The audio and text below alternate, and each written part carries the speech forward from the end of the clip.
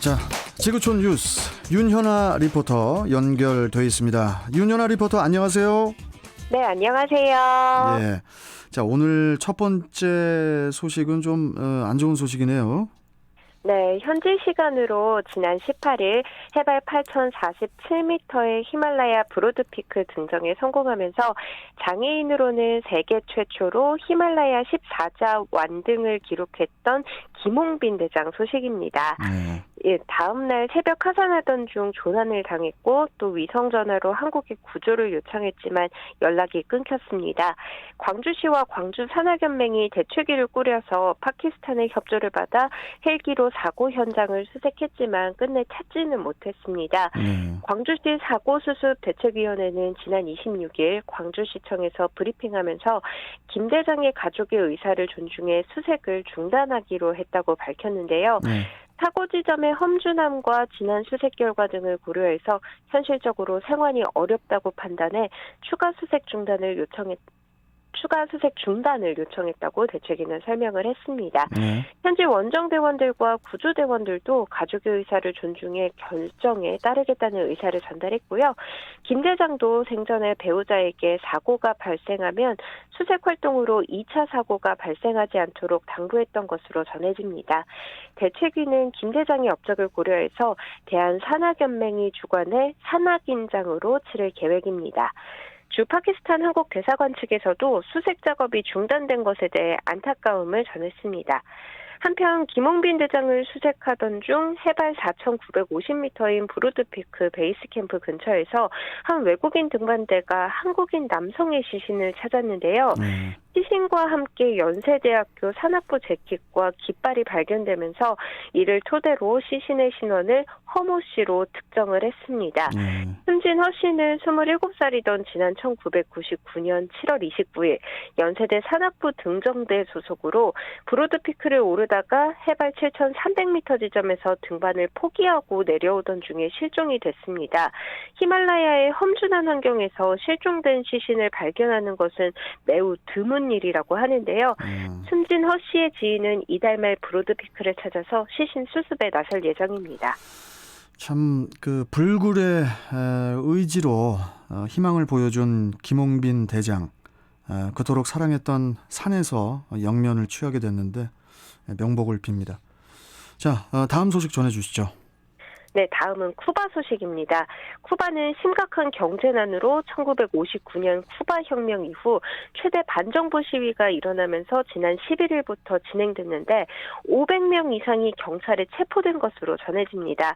한국을 포함한 미국 등 21개국 외교부 장관들은 이 현지 시간으로 25일 쿠바 정부의 시위자 대거 체포를 규탄하는 공동 성명을 냈습니다.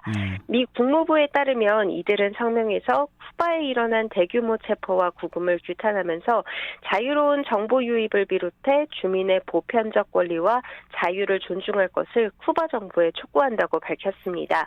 미국의 주도로 이뤄진 이번 공동성명에는 한국과 오스트리아, 그리스, 폴란드, 이스라엘, 우크라이나, 브라질, 콜롬비아 등 총 21개국이 참여를 했습니다. 자, 그런데 이 공산국가잖아요, 쿠바가.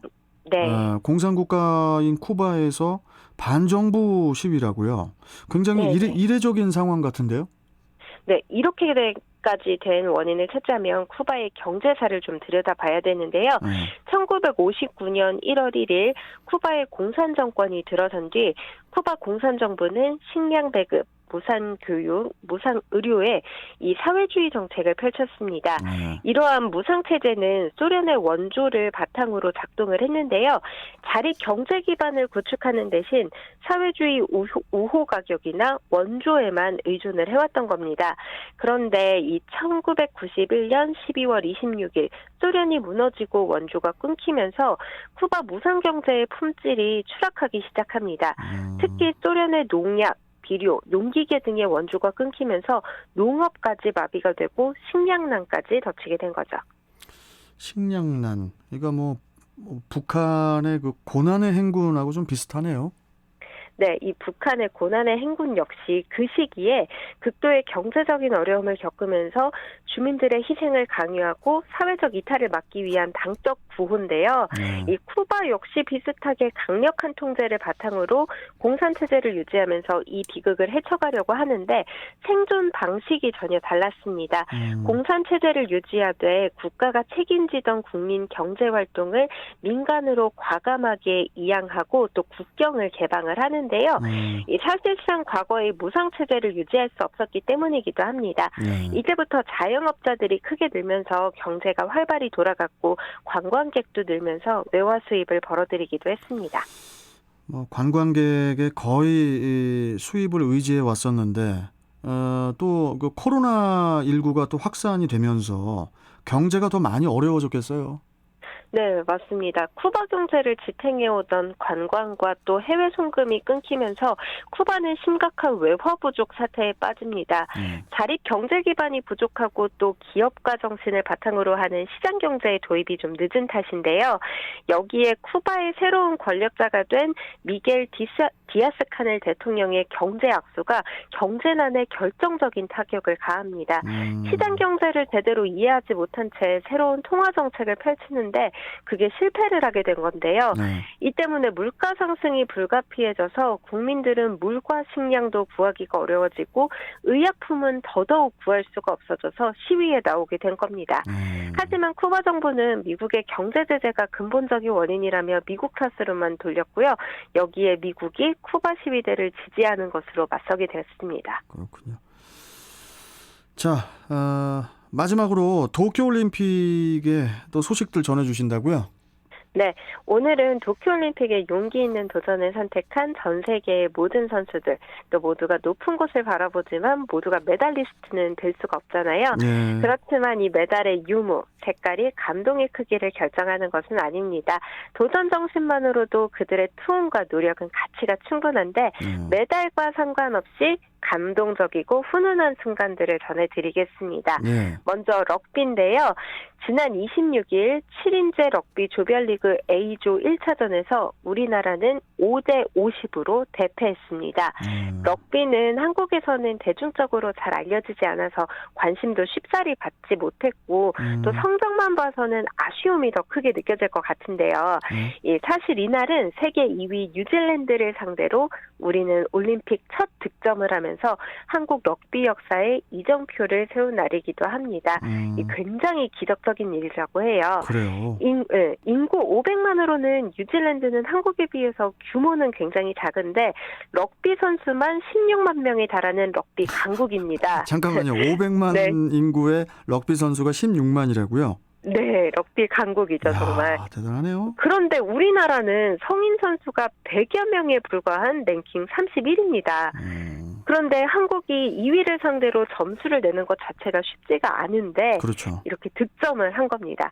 여기에 자신감을 얻은 선수들은 이후 열린 호주전에서 또다시 득점에 성공을 했습니다. 이 럭비가 이제 사상 첫 올림픽 진출인데 우리나라 조별 라운드에서 전패를 했지만은 9위에서 12위 결정전이 또 아직 남아있지 않습니까?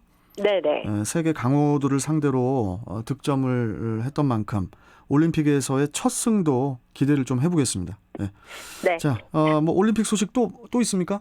네, 다음은 아르헨티나 여자 펜싱 선수가 경기 패배 후 생방송 인터뷰 중에 17년 사귄 남자친구 겸 코치로부터 깜짝 청혼을 받았다는 소식입니다. 현지 시간으로 26일 아르헨티나 방송 TYC 스포츠와 로이터 통신에 따르면 36살의 마리아 벨렌 페레스 마우리세 선수는 일본 지바에서 열린 도쿄올림픽 펜싱 여자 사브르 개인전 32강에서 헝가리 선수의 패한 뒤 경기 후 인터뷰를 하던 중이었는데요.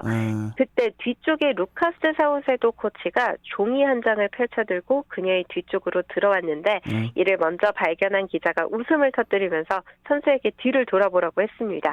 그랬더니 그녀는 무릎을 꿇은 채 나랑 결혼할래? 라고 적힌 종이를 들고 있는 코치를 보게 됐는데요.